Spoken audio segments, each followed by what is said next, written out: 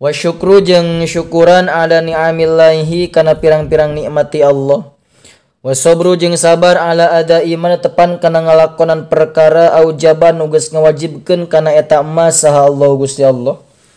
Wa sabru jeung sabar amma kana ngajauhan tina perkara harama anu geus ngaharamkeun sallallahu Gusti Allah taala bari mahlur Allah. Wa alama jeung sabar kana perkara ibtala anu geus nyoba ka anjeun sallallahu Gusti Allah bihi kalawan eta emma. Wasiqatu jeung kumandal bi rizki kalawan rizki wattihamun nafsi jeung nyangka salah kana nafsu. Wa adamur ridho jeung teu ayana ridho anha tina eta nafsu. Wa bugdu syaitani jeung mika keheul ka setan wa bugdu dunya jeung mika keheul kana dunya.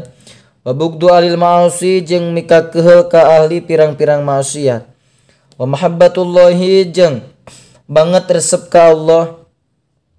Wa mahabbatu kalamihi jeung banget resep kana dawuhan Allah. Wa rasulihi jeung resep ka Rasulullah. Wa sahabati jeung resep ka para sahabat wal ali jeung ka kulawargina Kanjeng Nabi wal ansori jeung ka sahabat Ansor.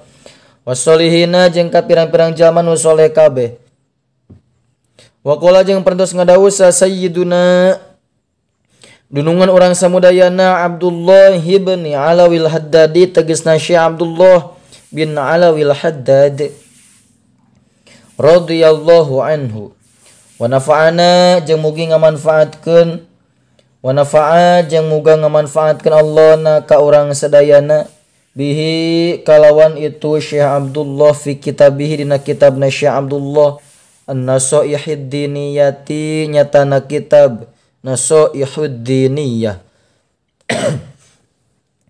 Maka na perkara manahu anu ari maknana eta emma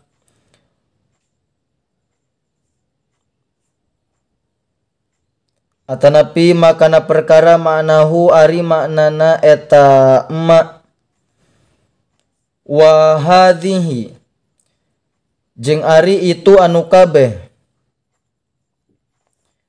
ausopun eta pirang-pirang sifat atanapi nu tadi makana perkara maknahu anu samakna jeung eta emma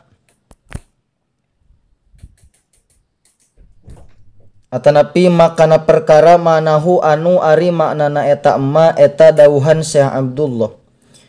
Wadhihi jeung ari itu nu kabeh ausopun eta pirang-pirang sifat yajibu anu wajib naon ayatahalla yen mapaesan biha kalawan sifat sakullu mukminin saban-saban jalma anu mukmin. Wa ieu jeung ari itu sifat eta qauluhu dawuhan Syekh Abdullah qabla hadza dina sameme ieu biqalilin kalawan saeutik ayakuna biqalili ayakuna kalawan saeutik yen kabuktian itu mukmin khasyian eta anu khusyu mutawaddian tur anu handap asor khaifan tur anu sieun wajilan tegesna sieun musyfiqan tur mikawelas min khasyatillahi tina sieun ku Allah ta'ala barina maha luhur Allah. Zahidan tur anu zuhud fid dunya dina dunya qani'an tur anu qanaat bil yasiri kalawan barang saeutik minha tina itu dunya. Munfiqon tur anu sok nganafakahan bilil fadili kana leulewi hartana an hajatihi tina pangabutuna eta jalma mimma nyatana tina perkara fiadhihi anu tetep aya dina leungeunna eta jalma. Nasihan tur anu sok nganasehatan li ibadillahi ta'ala ka pirang-pirang abdina Allah ta'ala. Musyfiqan anu mikawelas alaihim ka itu abdi na Allah. Rahiman tur anu mikanya abihim ka itu abdi na Allah. Amiron tur anu sok marenta bil ma'rufi kana kahadean nahian tur anu sok ngalarang anil munkari tina pamungkaran.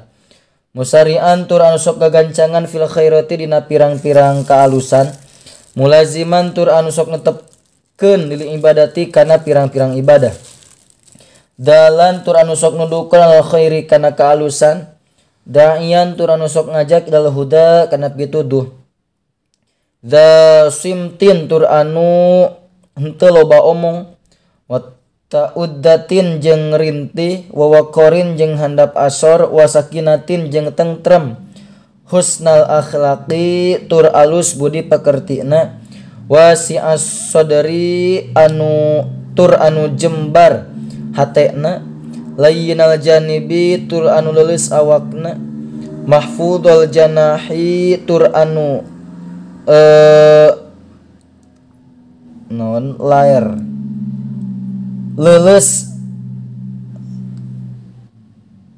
jangjangna, lil mukminina kajalma anu mukmin tegasna mah teu takabur sok dongko nalika ngaliwat ka batur.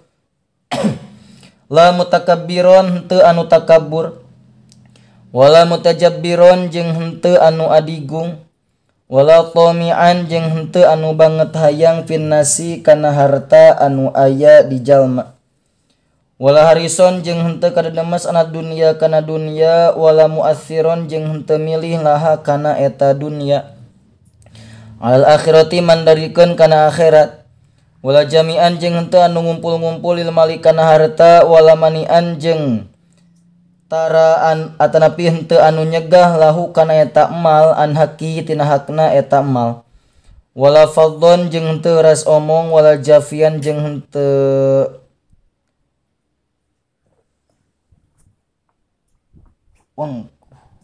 wala jafian